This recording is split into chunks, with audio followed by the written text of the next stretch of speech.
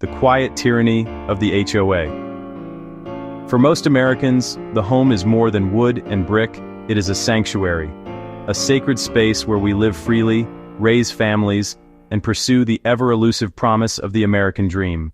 Yet for millions of homeowners, this sanctuary is under siege. The intruder is not foreign but familiar, not an army, but an authority. It is the quiet autocracy of the Homeowners Association.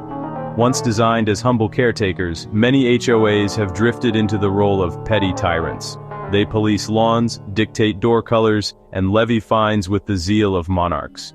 They wield unchecked power not to preserve community, but to control it. Make no mistake, HOAs were founded with good intentions. Their purpose was practical: maintain property values, protect neighborhoods, provide shared amenities. But that noble premise has been poisoned by practice. Too often, the mission has been overshadowed by mismanagement, marred by misuse of funds, and muddied by mountains of lawsuits. Instead of fostering community, they fracture it. Consider this: more than 350,000 HOAs govern American neighborhoods today. Within their ranks lie countless cases of abuse. From arbitrary denials of architectural changes to clandestine spending of community funds, the pattern is clear.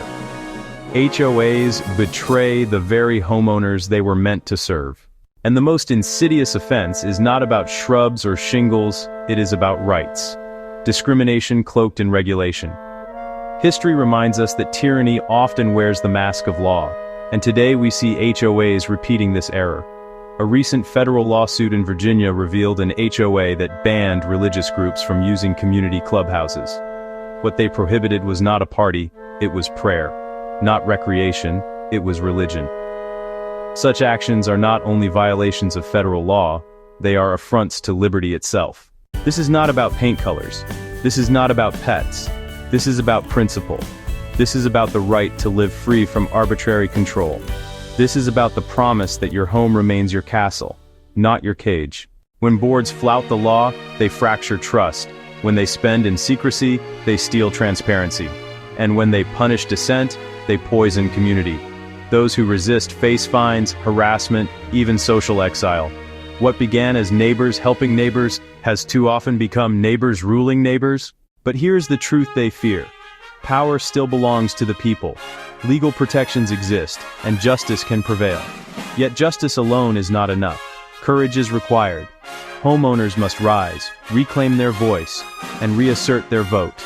Attend meetings, scrutinize budgets, demand accountability, remove boards that behave as overlords, replace tyranny with transparency, and domination with democracy. The American dream was never about fences or fees. It was never about bylaws or boards. It was about freedom.